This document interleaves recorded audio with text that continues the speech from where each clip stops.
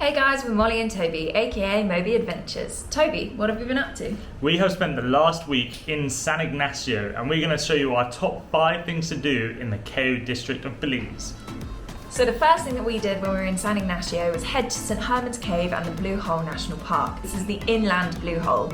Now unfortunately when we got there we found out that it was closed due to concerns over the ability to social distance. So we decided to go cave tubing instead. You pick up your life vest, your inner tube And your Crocs. and your all important Crocs, and you head down to the walk from the site to the cave, which is about a 10-15 minute walk through the jungle. There are some steep steps down to the cave, so you've got to be careful and watch your footing as you head down. Then we went off, we walked about 500 metres into the cave and we pretty much spent the rest of the afternoon lazy rivering it back through to the entrance. You will be passing under huge stalactites. These are quite eerie, it's quite spooky, and at times when you've got your lights off, you will feel like you're in the underworld. Jesus. Next up is Caracol, which is the largest Maya site in Belize. We've done a separate video as we self-drove down, which we would absolutely recommend, but you've got to follow these tips, so we'll post a video up here. Now Caracol is absolutely massive, it's bigger than modern day Belize City, and it's thought to have held nearly double the population, with about 150 to 200,000 Maya people living in and around the site. The highlight of the tour is the Temple of Cahal, or otherwise known as the Sky Palace, which towers above the rainforest around and gives unbelievable views of Belize and over the border to Guatemala. On the way back from visiting Caracol, we stopped at Rio on Pools, which was a really cool bathing site. And just up the road there's a spectacular lookout overlooking the pools and the surrounding rainforest.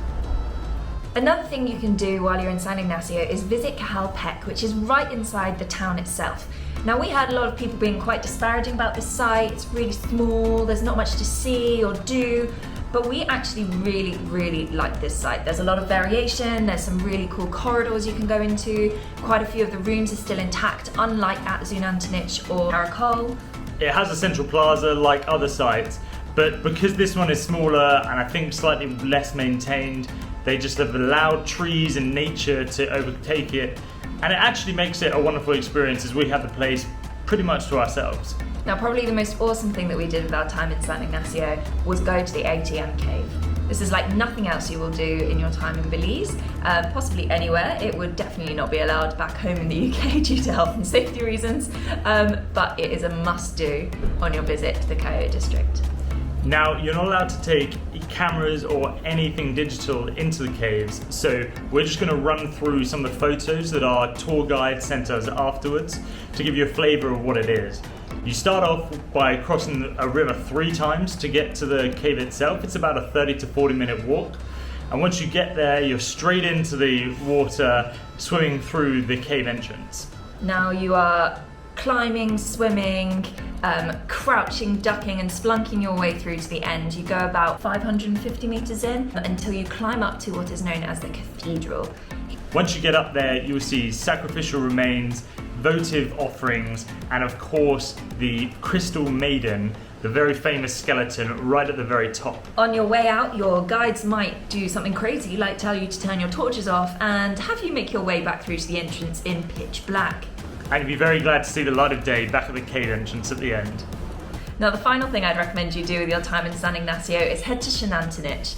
This is one of the really most well-preserved Maya sites in Belize, and it's only about 8 kilometers out of the city. Just before you get to the site, you have to cross a river via a hand-cranked wooden ferry, and all the local authorized guides are there so you can pick one up on your way to the site. At the moment you can't climb all the way up to the top of the main site because of COVID, unfortunately, but the views are still pretty spectacular. You can still see out to Guatemala and to other sites across the area such as Cahal Pech. Thanks for watching guys, make sure you like and subscribe below to come and escape with us.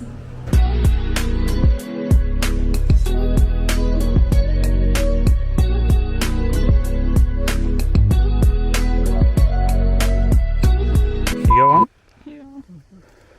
Try it. Tastes a bit like bark. I don't know whether that's because of the bark. I believe I just eaten a sperm.